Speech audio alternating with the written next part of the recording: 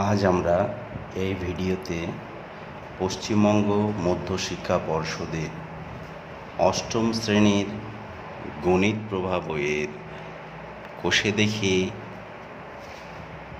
12 এর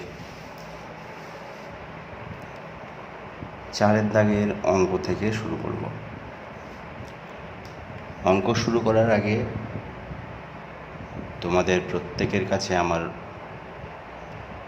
অনুরোধ, তোমরা প্রত্যেকে আমার এই চ্যানেলটিকে সাবস্ক্রাইব করবে, পাশাপাশি বেল নোটিফিকেশন অন করে রাখবে, যাতে নতুন নতুন ভিডিও আপলোডের সঙ্গে সঙ্গে তার নোটিফিকেশান তোমাদের কাছে চলে যায় এবং সেই ভিডিওগুলো তোমরা যাতে আরও বেশি দেখতে পাও এবং আরও বেশি বেশি শিখতে পারো। শুধু তাই নয়, বন্ধু বান্ধবদের মধ্যেও এই ভিডিওর লিংক শেয়ার করে দেবে, চ্যানেলের নাম শেয়ার করে দেবে, যাতে তারাও এই ভিডিওগুলো দেখে উপকৃত হয়। আমার এই ভিডিও দেখে যদি কারো বিন্দুমাত্র জ্ঞান লাভ হয়, তাহলে আমি বুঝবো যে আমার পরিশ্রম সার্থক হয়েছে। কেননা একটা ভিডিও তৈরি করতে আমাকে প্রচুর পরিশ্রম করতে হয়। তাহলে আর কথা না বাড়িয়ে চলো শুরু করি। কোষে দেখি 12 4 দাগের অঙ্কে। 4 দাগের অঙ্কে কি বলা হয়েছে? আমিনা বিবি 7:1 এই অনুপাতে বালি ও সিমেন্ট মিশিয়ে এক গাঁথুনির মশলা তৈরি করেছেন। তোমরা জানো যে পাকা বাড়ি তৈরির সময় সিমেন্ট এবং বালির একটা মিশ্রণ তৈরি করা হয়, তারপর সেই মিশ্রণ দিয়ে ইটকে গাঁথা হয়। তো একটা নির্দিষ্ট অনুপাতে ওই সিমেন্ট এবং বালিকে মেশানো হয়। তো সেই অনুপাতটি এখানে দেওয়া আছে। সেই অনুপাতটি বলা হয়েছে যে বালি ও সিমেন্ট, বালি হচ্ছে 7 এবং সিমেন্ট 1, এই অনুপাতে মেশানো আছে। কিন্তু গাঁথুনির কাজ শেষ হয়ে গেলে দেখা গেল এখনও 72 কিগ্রা মশলা রয়ে গেছে। তাহলে আমিনা বিবি গাঁথুনির কাজ শেষ করে ফেলেছেন, তারপরে দেখা গেল কিন্তু এখনও 72 কেজি মতো মশলা রয়ে গেছে। আচ্ছা, এই মশলাটা কি অন্য তাহলে অনুপাতে মেশানো আছে?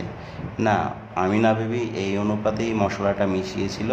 তার মধ্যে কিছুটা মশলা শেষ হয়ে যাওয়ার পর বাকি যে মশলাটা আছে সেই মশলা কিন্তু এই অনুপাতেই মেশানো। তাহলে আমরা এই 72 কেজি মশলায় বালি ও সিমেন্ট কতটা আছে বের করতে পারবো।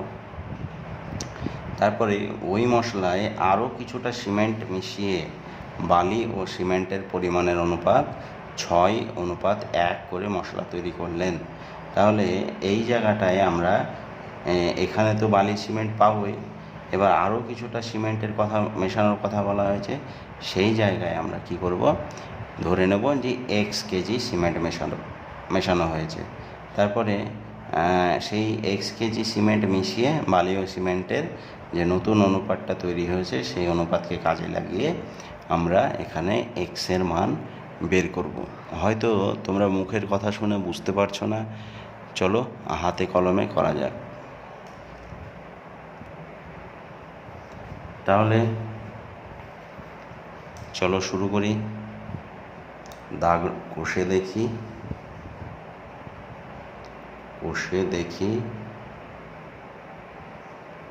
12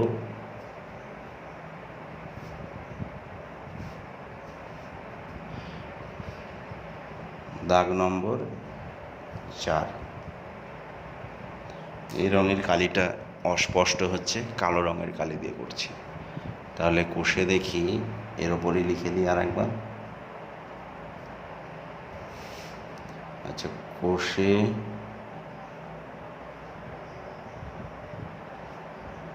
দেখি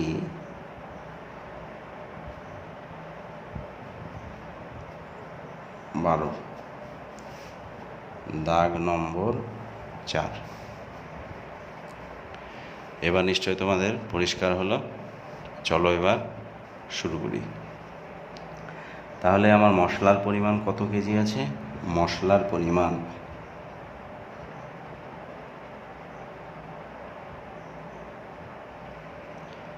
মশলা পরিমাণ কত কেজি?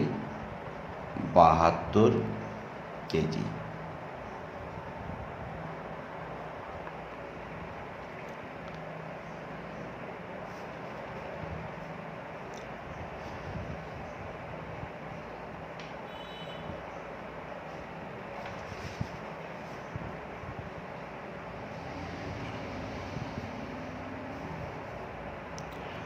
মশলার পরিমাণ 72 কেজি।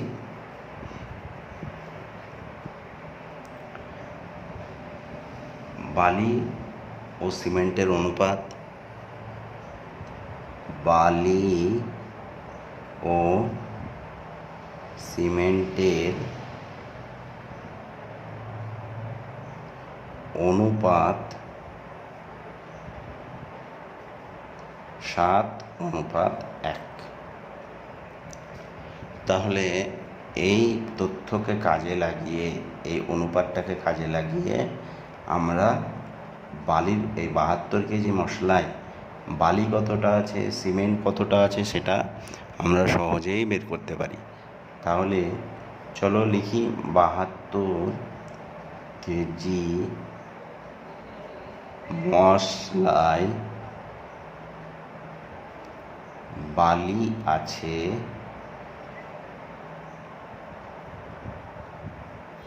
বালি কতটা আছে কি করে বের করব? মোট মশলা যেটা সেটা লিখে গুণ চিহ্ন, যে বালি প্রথমে আছে, বালির অনুপাতটা প্রথমে আছে, তাহলে বালিটা ভগ্নাংশের লব হবে। আর এই যে যাদের মধ্যে অনুপাত দেওয়া আছে সেই অনুপাত দুটোর সমষ্টি বা যোগফল নিচে বসবে। তাহলে এইটা কেটে গেল, 8 9 72 সমান সমান 7 9 63 কেজি। এটা বালি বেরোলো। এবার একই রকমভাবে 72 কেজি মশলায় সিমেন্ট আছে।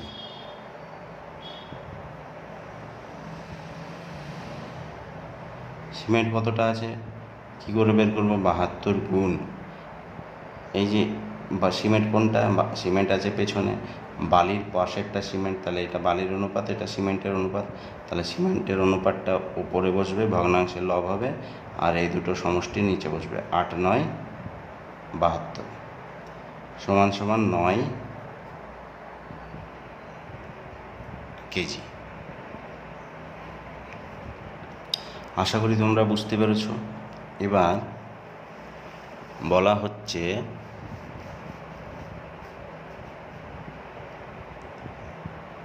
আরও কিছুটা সিমেন্ট মেশানোর কথা বলা হচ্ছে। তাহলে লিখব ধরি আরও x কেজি সিমেন্ট মেশাবো, ময়কা তারপর শেখার ব। তাহলে ধরি আরও x কেজি সিমেন্ট মেশাবো। তাহলে x কেজি সিমেন্ট মেশালে যে সম্পর্কটা তৈরি হচ্ছে ওটা শর্তানুসারে, দেখো প্রথমে বালি আছে, বালির অনুপাত প্রথমে আছে, দেখো বালি ইস্টু সিমেন্ট, তাই বালিটা প্রথমে আছে, সিমেন্টটা পরে আছে।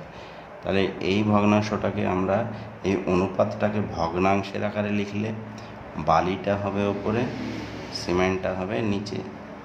যেহেতু বালি উপরে প্রথমে আছে তাই বালি উপরে, আর সিমেন্ট পরে আছে তাই সিমেন্ট নিচে। এবার বালি বাই সিমেন্ট এর নতুন যে অনুপাত বইয়ে দেওয়া আছে সেটি দেওয়া আছে 6:1। 6:1, অর্থাৎ এই অনুপাতটাকেও 6:1,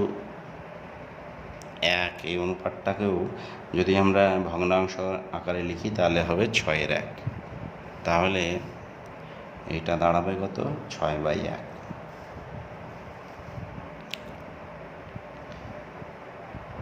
এবার কি করব? দেখো বালি তো মেশানোর কথা বলা হয়নি, সিমেন্ট মেশানোর কথা বলা হয়েছে। তাহলে বালি কতটা বেরিয়েছে? বালি বেরিয়েছে 63 কেজি। ভালো করে দেখো, এই যে বালি আছে 72 কেজি মশলায় বালি আছে 63 কেজি। তাহলে 63টা উপরে বসবে। আর সিমেন্ট কতটা বেরিয়েছে? সিমেন্ট বেরিয়েছে 9 কেজি। তাহলে 9টা নিচে বসবে। আর সিমেন্টের সঙ্গে কত কেজি সিমেন্ট মেশাবো? x KG. তাহলে মেশালে যেহেতু বাড়বে তাই যোগ করতে হবে। সুতরাং এই নতুন অনুপাতটা পাশে যেটা আছে সেটা বসে যাবে। এবার করব কি, আমরা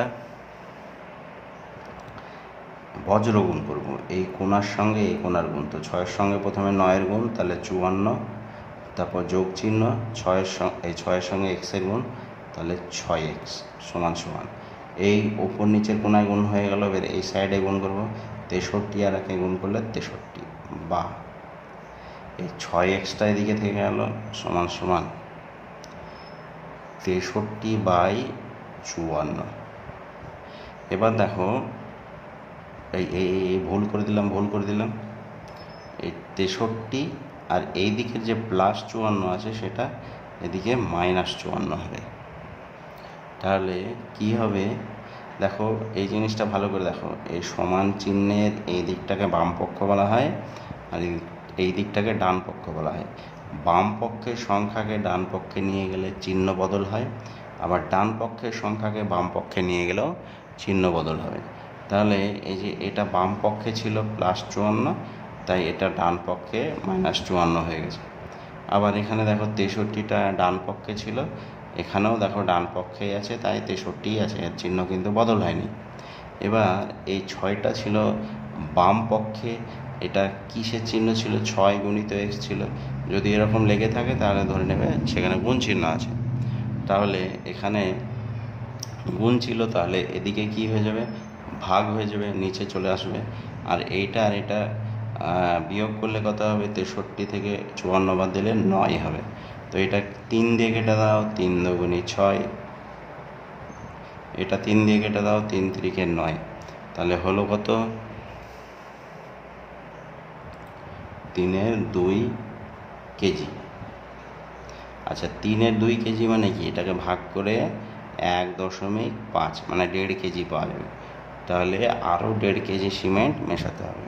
তাহলে আমাকে প্রশ্ন করেছিল কি, সেটা গুছিয়ে লিখতে হবে যে আরও কতটা সিমেন্ট মিশিয়েছিলেন। তাহলে লিখব অতএব তিনি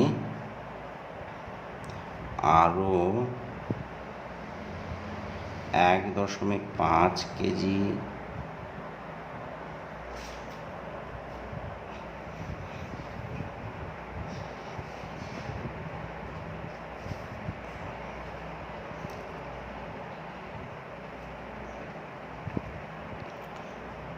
সিমেন্ট মিশিয়ে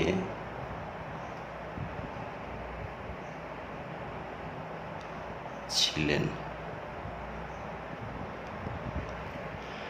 আশা করি তুমি বা তোমরা বুঝতে পেরেছ।